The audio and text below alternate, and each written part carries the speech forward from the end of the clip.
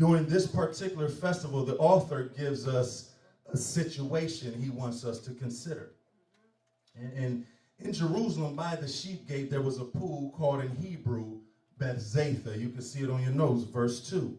As you heard from the text, there were many invalids laying in the porticos, waiting for the water to be stirred up by the angel.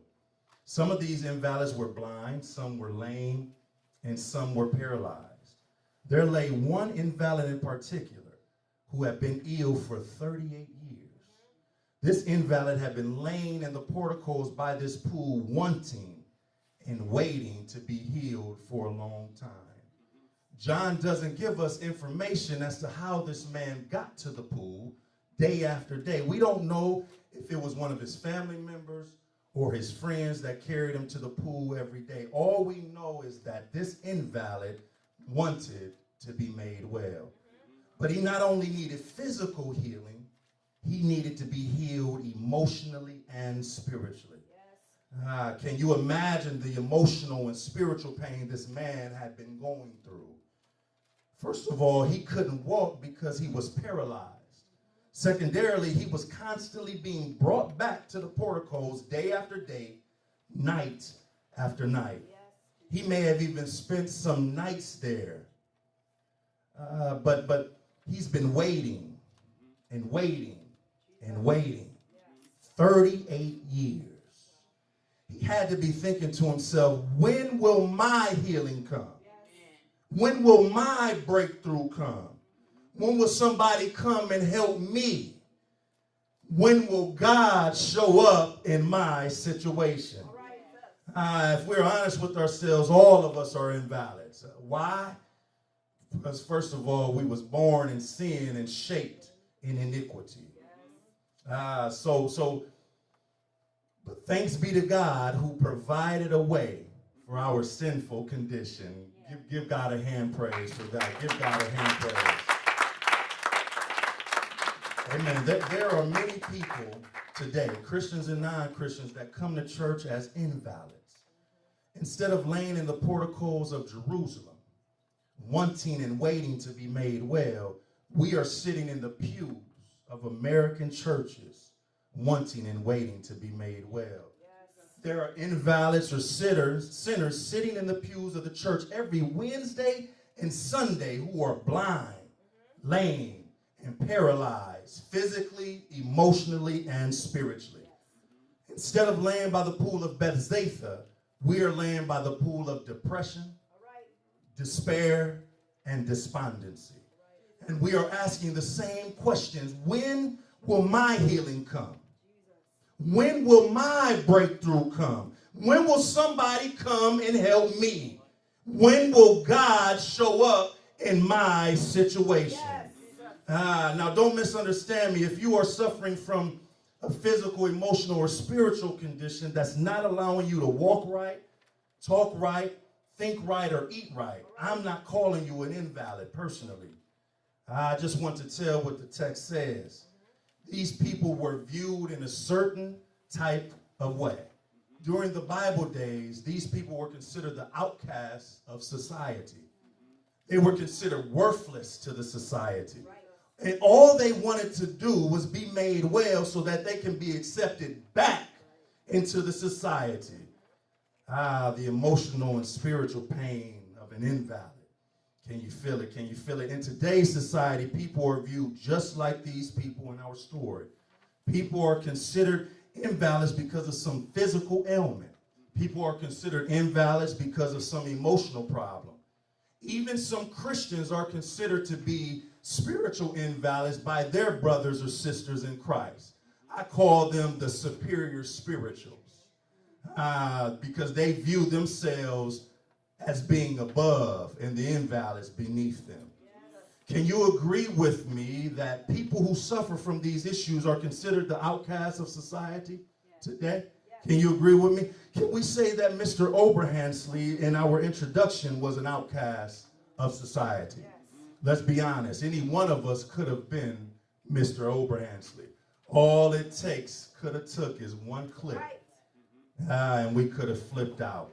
But if not for the grace of God penetrating our souls, But Jesus' question is, do you want to be made well? Yes. The invalid wanted to be made well. He had been waiting for 38 years. How long have you been waiting? But wait a minute. Something is wrong in the text. Do you notice it? Things get a little bit complicated for this invalid. Look at the text, if you will. The man had no one to take him to the pool. Jesus asked him the question, and he answered in verse number 7.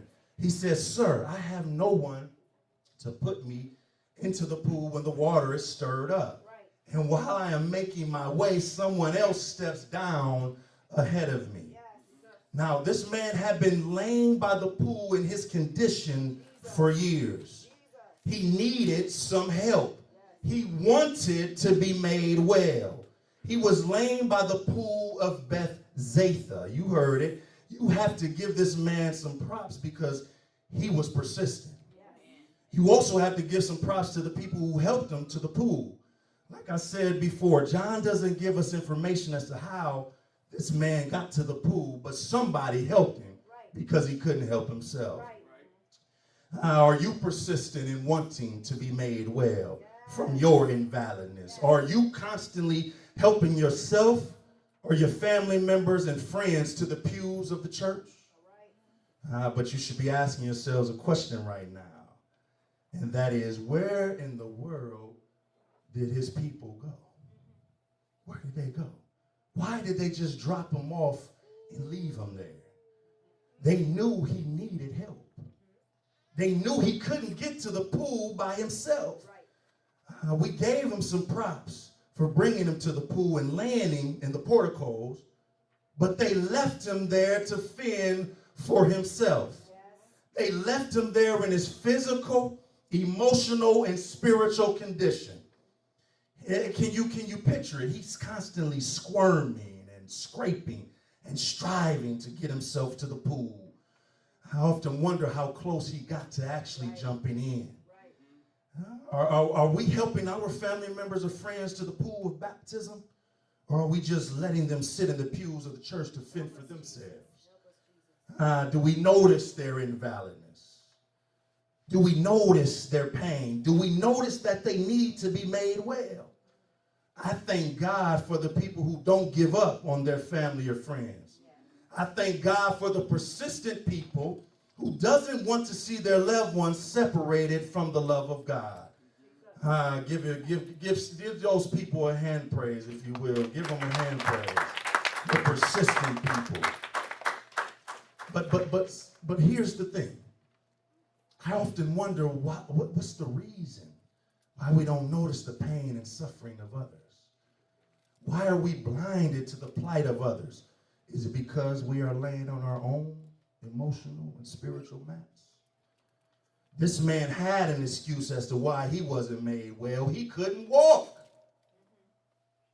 He couldn't get to the pool on his own, but he sure did try. What's our excuse? Are we making excuses in our current condition as to why we won't exercise our faith to be made well physically, emotionally, and spiritually? Are we crying out like the Father in Mark 9:24?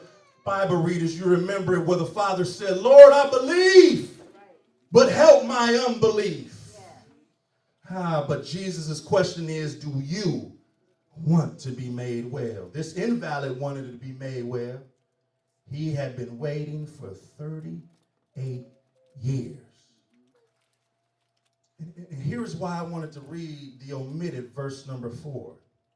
As you heard, these invalids were waiting for an angel of the Lord to step into the pool to stir up the waters. I remember I think it's the King James Version. If anything, I remember the troubling of the waters. They were pushing and pulling each other. And before I go on, I just want to get a picture. Any of you been to a cathedral buffet? I'm sure all of us have been. These porticos, the only thing that I could get it close to a portico is as you going into cathedral buffet under the roofs. Right. So imagine 5 porticos and all these people are laying around there. And they pushing and pulling.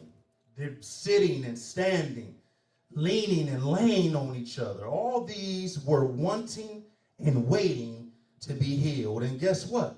It wasn't even a guarantee that they were going to get their healing. But this just wasn't a place for the local Jew to be healed. Catch me, catch me. It also had its roots in local pagan idolatry.